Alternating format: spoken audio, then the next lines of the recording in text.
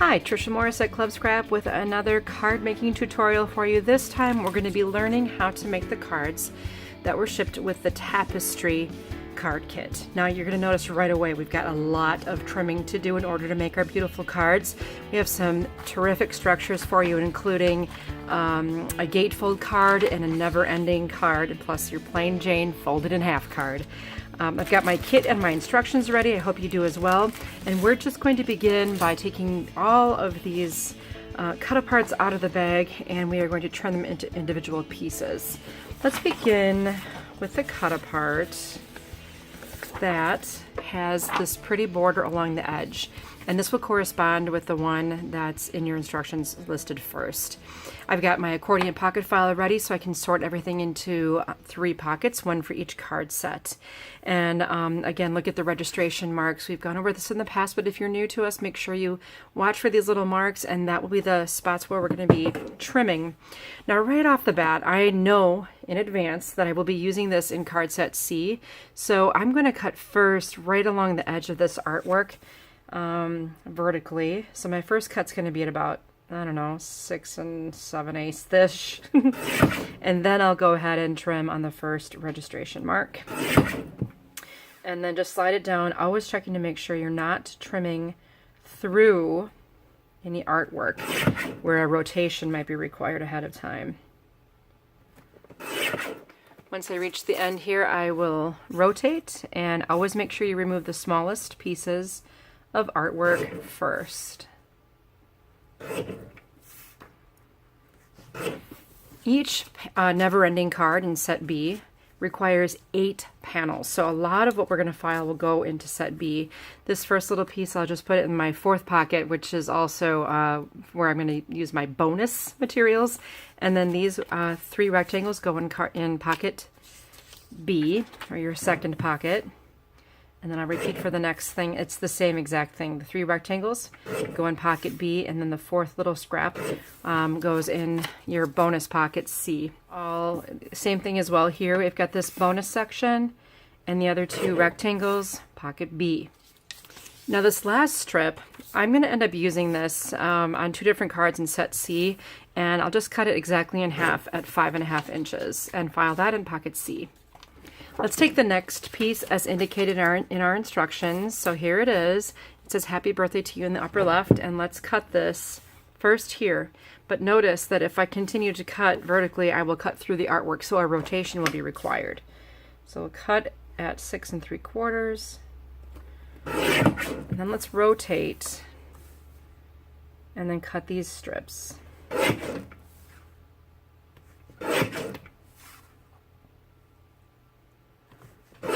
I'm going to rotate again.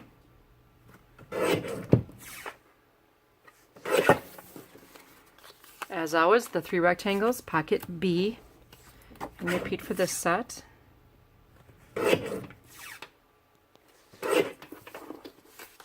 B, and this one.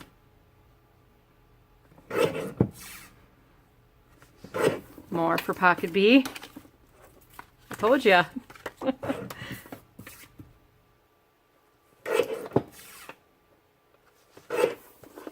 B. And now something different. I'll separate them into strips first, into pieces first. The piece with the frame on it that says "and many more," that goes in C. And then these 2 with the more scripty writing go in A. Our next piece, I'm going to provide some guidance here. There are registration marks running through this that are a little bit hard to see. I'll walk you through it. But we're going to start out. There is a registration mark right about here, another one here, and another one there. So we've got some trimming to do. Our first cut is going to create a little bit of a wide piece, and I'm going to trim at 7 1/4. Our next cut will be at 6 1/2. And then our last cut will be at 6. Next, we're going to remove this printed edge here to get a clean edge for my next bit of artwork. Be really careful because I don't want to go too far. My next cut's at about 5 3/4. Then I need to have a rotation. So let's cut at 6.5, and that's if you have it oriented so that may this year be the best yet. That should be on your left. And then we'll rotate to take this sentiment off the end and create 2 more rectangles. And these 2 rectangles, guess what? B. And this little framed sentiment, may this year be the best yet, that's A. And same thing here now. We will kind of repeat that, filing the rectangles in pocket B, and then enjoy this wonderful milestone in A. Now I have 3 remaining pieces, well, 4 pieces of artwork.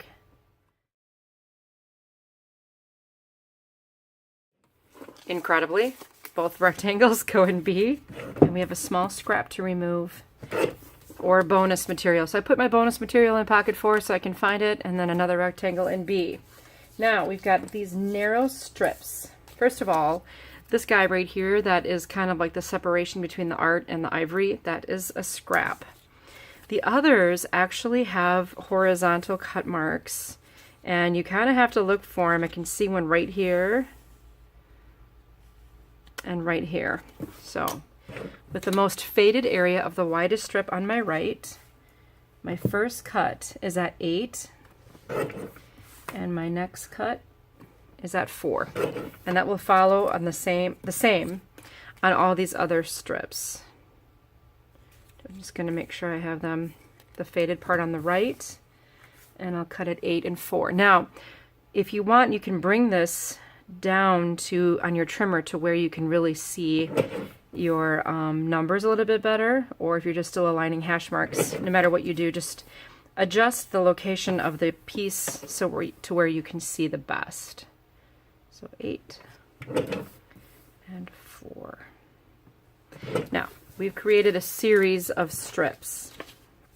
Each card in set C is going to have a wide, a medium, and a narrow. So these shorter pieces end up being scraps. Wide, medium, narrow.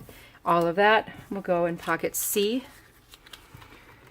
And then these little guys end up bonus, or you can scrap them, whatever you want to do. Oh, we're almost there. Okay, just 2 left. It looks like one real big vertical cut here right down the middle-ish. That's at 4.5. And then we need a rotation. Yeah, we can do it this way. I think it's a little faster to... Okay, now we will cut rectangles. More rectangles! Yay! All in B, of course. And again, the same with this next set. All 3 of these rectangles will be filed in pocket B. One of the most basic tools I keep handy all the time is a 1-inch circle punch. And you'll notice at the end of this particular piece, there are some 1-inch circles that need punching. File both of these in pocket C. And now I have a series of sentiments, and look, another rectangle.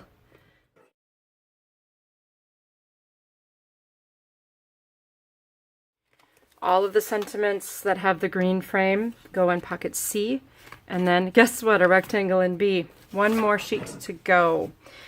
Let's go ahead and study carefully. I see a registration mark in the lower right corner. That's going to be my first cut. And then another one very close to it at around 7 3/4 of an inch. And then I'm going to slide down a tad more to 7.5. And then I've got 2 main columns here, and there is a subtle mark. I'm going to have you go all the way down to 3 3/4. Now these pieces on the bottom here, this is a scrap, but then all the rest of these end up being panels for our gatefold flag card in set A. So I'm just looking for what's the white strips, or the white registration marks here. Sometimes you'll see 2 of them a little close together. That's intentional. Make sure you cut both. All right, I'm going to stack up all of these strips. All the ones that have the gold tone go in pocket A. This is a bonus, pocket 4. And then this guy right here is a scrap, anything like it too. Those are all what's called a bleed. So we're separating one style of artwork from the other. and we want to dispose of those. It's basically the same type of thing on this other strip. All 6 of these rectangles go in pocket A. And then we have this little bonus guy.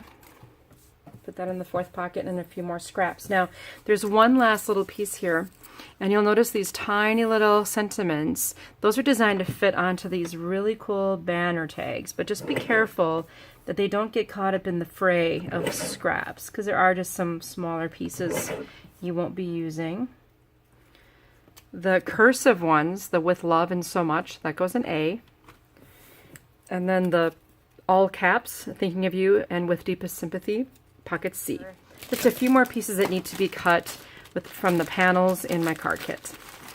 We'll be using the purple panels in card set A, but right now there are 4 of them, and we actually need to make 3 for each card. We're going to separate each one of these purple panels into 3 sections. And if you feel confident about your trimming abilities, why don't you just go ahead and do 2 at a time. We'll put the purple panel into the trimmer horizontally and cut it 3 1/4 and 1 5/8. Now, to be able to see that, I kind of like to go to an area of my trimmer where I can see best, and that's kind of down here, but let's try it up here so you can see. I'm going to go halfway between 1 1/2 and 1 3/4 is 1 5/8. That cut should give me a whole stack of panels all the same size. Let's repeat that. The first cut again horizontally is 3 1/4 and then 1 5/8, halfway between 1 1/2 and 1 3/4. All of our panels for card set A are ready. Now we have a little bit of scoring we need to do, and then we're going to have to go back to the trimmer. Next, you can grab these 4 dark green panels. These just go in pocket C. And now we have our gatefold card base. Let's score this at 2 1/8, and you'll notice if you're using the score pal that there is a little dot at 2 1/8, and I think it's just because of this gatefold style is pretty common. And then down at 6 3/8, and once again you will notice the dot. So if you're using a score pal, score at each dot: 2 1/8, 6 3/8. Take all of these and pile them in pocket A. Now we have some gold panels. We will score them vertically at 1 1/4 and 3 3/4. And then repeat that for all of the gold panels, vertically at 1 1/4 and 3 3/4. Next, we'll take our rust panels. Actually, you can file the gold panels in pocket B if you like. The rust panels will be scored horizontally at 1 3/4 and 5 1/4. Make sure they're the smaller of the sets of rust panels. 5 1/4. These also go in pocket C. We finally have some larger rust panels. These are simply folded in half, so you don't really have to score them if you don't want to. They've been trimmed with the grain so they fold easily, but you know, we have the score pal out and ready to go. Let's just do it. Score horizontally at 4 1/2. These will go in pocket C. And we'll set our score pal aside. We need to make one more trim, or a few more trims, I should say. This is to prepare for that never-ending card. I'm going to take the gold card bases that we scored twice. We scored them vertically. Now we're going to trim them horizontally. All right, so I'm going to cut through the score lines. I'm going to do 2 at a time. I'm cutting them in half at 3 1/2 inches.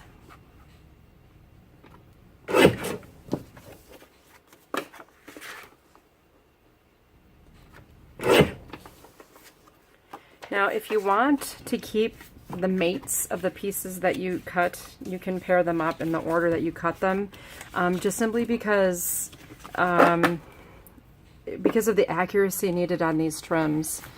Now I'm going to take the other 5x7 rust panels and we're cutting them through the score lines. We're cutting vertically at 2.5. So again, if I want to take the two top pieces and pair them together, the next two pieces, and you can put all that back in pocket B for your never-ending card. Okay, that's all the prep. Let's make some cards. For our first card, we'll begin on page 2 of the instructions, set A, and the card in the upper left corner. And I did add a little bit of a die cut from one of the scraps on here, but don't worry about that right now. It's just a fun little way. You've got the stuff, you might as well use it, right? As always, we want to make sure that when we fold in our gate folds on the light green card base, that the bump of the score is on the inside of that fold. If you want to do it right, and then if you want to crease that with the bone folder, you can. Then we have these 3 flags. Let's call them flags. And you have 3 pieces of artwork that we can use on this card. Doesn't really matter what art is where. And this will be congratulations on the bottom. We're going to begin by doing a little bit of prep work on this center flag. So I'll cut some ribbon, just slightly longer than the strip itself. And before I nest this onto that dark purple panel, I'm just going to wrap this around the cut apart. And it's a lighter weight paper in this case, so just make sure that it remains flat. And I'll secure these ribbon ends on the back. Then we can take our favorite adhesive, in case mine is the ATG, and center that piece onto the purple panel. Repeat for the upper and lower flags as well. To make this card work the way we want the top panel to adhere to only the left side of our gatefold. I'm going to do it this direction. We want the center panel to adhere to the right and the bottom panel to adhere on the left. Thinking about the future, this little circular medallion will fit on the panel on the right. So when you're attaching these upper and lower pieces, you want to make sure that they get close enough to the top edge to the bottom edge of the card in order to make room for the medallion. So normally I would center this even on left, right, and top, but this time I think I'm going to go a little bit closer to the top edge, but definitely not aligned with the top edge. When you apply adhesive to that purple strip, make sure you don't go past the center mark or your card will not open properly. Centered left to right and kind of close to the top edge. Same with this bottom one. So my adhesive goes on the left side only, then center it left to right and a little close to the bottom edge. Now my middle panel, the center flag, adhesive only on the right. Now I got more than enough space. So hindsight, I probably would add a little less space, but it looks great. Okay, so now we have this cool medallion and I don't have anything to put into the middle of it in my pocket. So let's go to our bonus material. And I've got some choices now. These were the pieces we filed in the 4th pocket. And if you just yank those out of there, we've got all kinds of options for our medallion. Now, this opening is 1 inch, so if you have your 1-inch punch still handy, I see that right here on this piece, there's a nice little circle artwork. I'll just center that up, punch, and then if you have your needle tip applicator filled with bookbinding glue, just put some adhesive on the back of that and pop it into that medallion. Now before I attach this, I'll open my gate. Isn't that sweet how that works? Open that up and we'll put the sentiment on the inside. Now if you're ever wondering, okay, which sentiment did they use on their card, on the instructions it will tell you right beneath the card itself. So enjoy this wonderful milestone. Then we'll take this piece and we'll put some bookbinding glue at various contact points near the end. And another thing you could do is use some of our awesome foam adhesive circles for that center area, which is a little bit higher than the outer rim, just to make sure you have adhesive working on all points. Once you secure this to the right side of the center flag, You can put something heavy on this, like I think I used a bottle of acrylic paint. And then just so that it makes good contact at all the glue points until the glue is dry, and then you can remove the bottle and everything should be right where you want it to be. Let's take a look at my finished cards. Here's the original, and I just have this cool die that makes something that looks sort of like a chain, and I just die cut it out of one of the other spare pieces of paper. And then of course the inside. Very, very sweet. Here's another one just the same. Now on the other versions, they assemble the same exact way. You can definitely center from left, right, bottom, and top when you're adding the flags to the left and right panels of the gatefold. And then you can attach the tiny little greeting to that really cool banner tag that we included in the kit, and either staple some of this gorgeous rust-colored grosgrain ribbon to the tag, or you can use a brad, a gold brad if you happen to have one in your stash. That's what I used to attach this one. Both gorgeous cards. And on this one I also tied a little knot in some ribbon and wrapped it around to the back on the top and bottom flags. So what you'll do at this point is find your standard A2 envelope, and in the set it's the smallest envelope that you have. Take the remaining pieces from this pile in your pocket, slide them into the envelope. In fact, I think I'll even put 2 tags, one of these guys for the other card, and in fact, I think I'll go ahead and punch my circle so that this will be all ready to go for making some cards. Let's move on to the second set. When you empty pocket B, you're going to have a big mess, and there will be tons and tons of rectangles. Well, first of all, you'll want to sort them into 2 different piles. One where all of the sentiments that are in the pocket are oriented horizontally. And then there are 2 sentiments that you may have a question about: the enjoying every day and to its fullest. Both of those will also be in the horizontal pile. Then in the vertical pile, you'll sort as follows. The first 2 you need for side 1 of your never-ending card will be the happy birthday to you and enjoy your special day. Then the second pair will be make it as special as you are. So you'll want these 2 vertical panels for the second round of your card. Then you'll have have your cake and eat it too. So these 2 vertical panels go next. And then you'll have wear that party hat with pride, and I almost forgot to say ... And the reason it works this way is when you reach the end, this is panel number 8, the sentence transitions right back to happy birthday to you. So that flows right along with the whole concept of the never-ending card, which I think is so super clever. So these are the 8 panels. If there's any doubt in your mind how that all worked out, you can turn to your instructions on page 3. You'll notice the 4 different variations of one card, and then what each individual greeting is. You'll make 2 identical cards with those vertical panels and 2 identical cards from the horizontal, but the assembly of each card is essentially the same.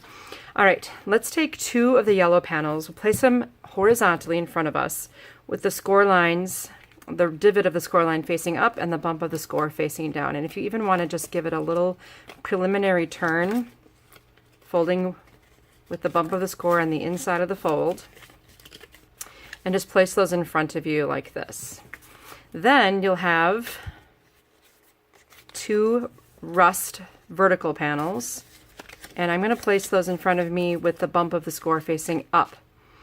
All right, now we need to adhere these pieces together to form our never-ending card. So I'm just going to open this like so, and visually we need to determine what our gluing area will be. It's pretty easy. You don't even really need a pencil, but I'll use one just to help kind of clarify things. This score line right here on this rust panel ends right there on the yellow panel. So I'm going to mark the same spots. So here's the score line on the rust panel. I'll make a notation on the gold panel where that lands. All right, so now I have what I would consider 4 quadrants, and these are the areas where I want to apply glue. You can do a dry adhesive or a wet adhesive. Why would I prefer a wet adhesive? Well, I like to have the flexibility to be able to move things around if I'm not satisfied with my initial placement. When you're using a dry adhesive, it's one and done.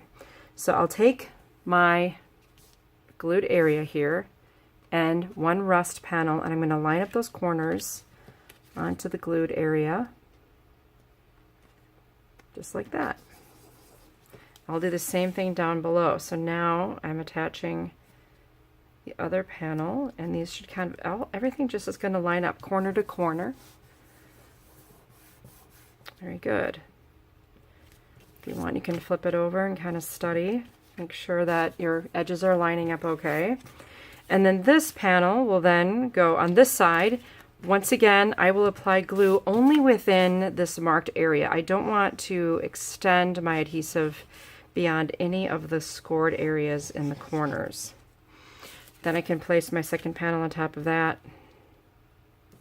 And that's pretty much the construction of the never-ending card. Again, you'll make 4 of these. So if you want, you can do all of these steps at the same time and just get that basic structure for the card pinned down. And then here's the functionality of the card. You're going to fold out. And the first time you do this, it may just require a little bit more persuasion, shall we say. And then from the center, it pulls up and over. Now, again, this is kind of drying. I will erase my little pencil line here. So again, you really don't need to use a pencil to mark this at all. You will be able to see where the score lines land. Then you're going to fold outward. Now this is almost the end. And now we're back to the beginning again. So here's panels 1 and 2, 3, 4, 5, 6, 7, 8, and back to the beginning. So here we have the 8 panels we have found ahead of time. And all we simply need to do is adhere them to the appropriate spot.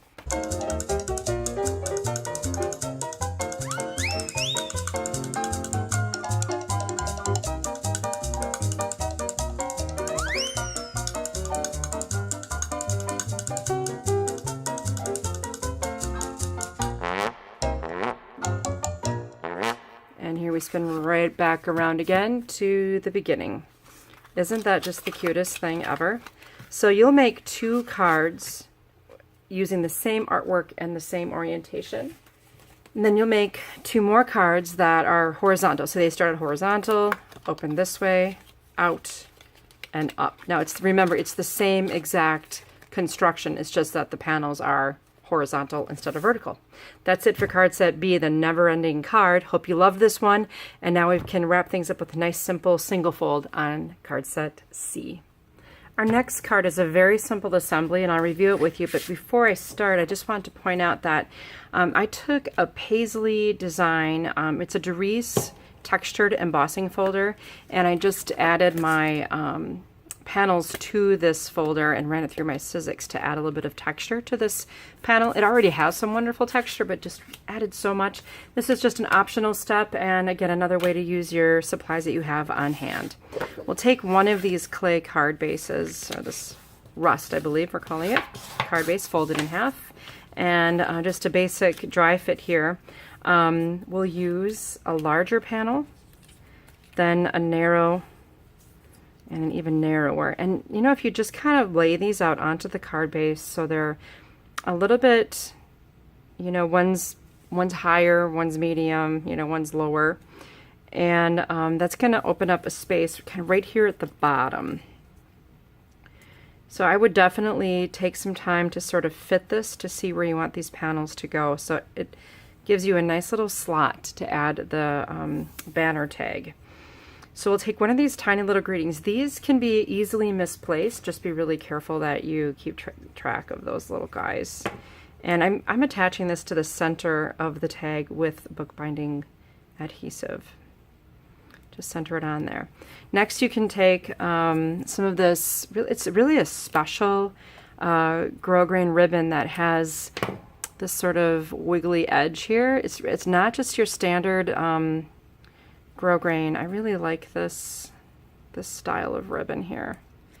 Now you have 2 options. You can use a little brad to attach the folded ribbon, or just take a mini stapler, whatever you're in the mood for. They're pretty cute either way.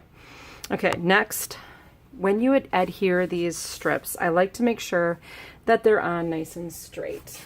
Enter my favorite little club scrap tool, the grid ruler. So just make sure you line up something, one of the measurements on the ruler, with the edge of the panel before you attach your piece. So you rest it against the edge of the ruler, you know it's straight, up and down.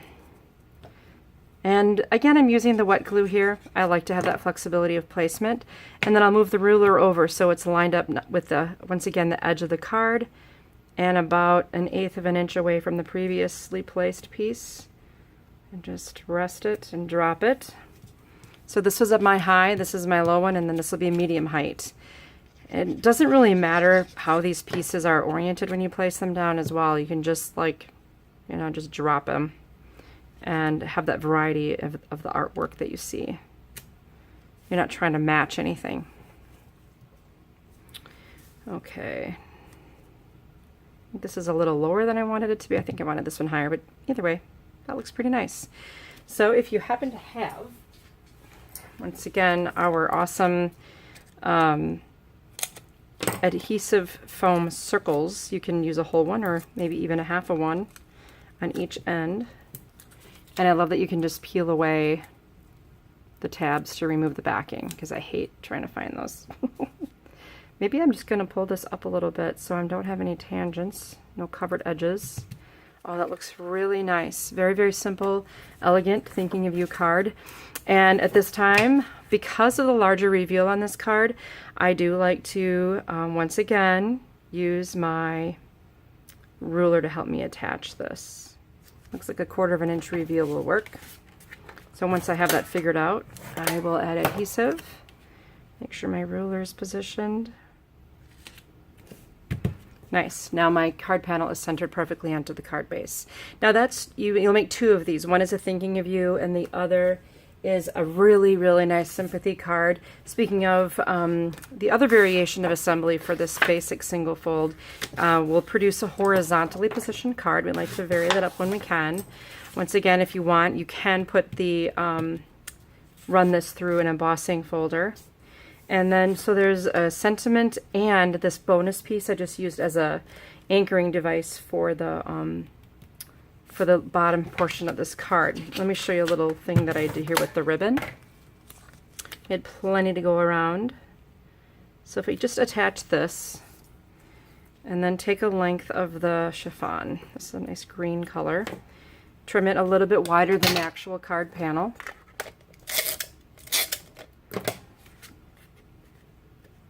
And then I'll tape the ends around to the back.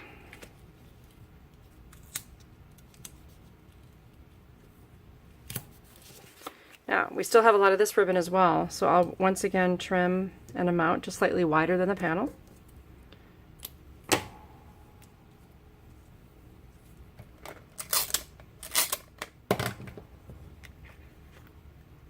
I'm going to nest it right on top of the existing chiffon. And when I tape the ends to the back, just make sure you don't do it real tight. Leave just a small amount of slack in the ribbon. Then flip it back over and take some of the remaining rust-colored ribbon and just add your little knot to the ribbon that's stretched out onto the card.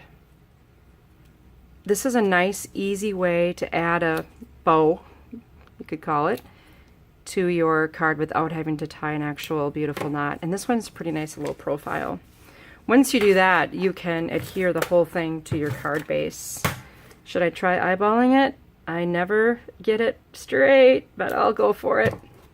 Okay, so then this sympathy sentiment will be placed sort of sitting on top of this anchoring strip here, and more on the right side. And then on the left, we'll add this along with one of the pieces that we punched out from the cut aparts. And then the corresponding sentiment will go on the inside. Here are the cards with the embossed panels. I did attach the Grow Green ribbon with a brad, and it's really sweet. And I added a little extra piece of ribbon here, and that's of course optional. Here's the sympathy version. And then here are the embossed backgrounds that were added, the little bow that's tied onto the ribbon, and the punch circle with the medallion here on the left. So beautiful. I hope you love these cards, that you learned something new today. Next month I have some really exciting cards for you to experience, and I can't wait to join you then. See you next month.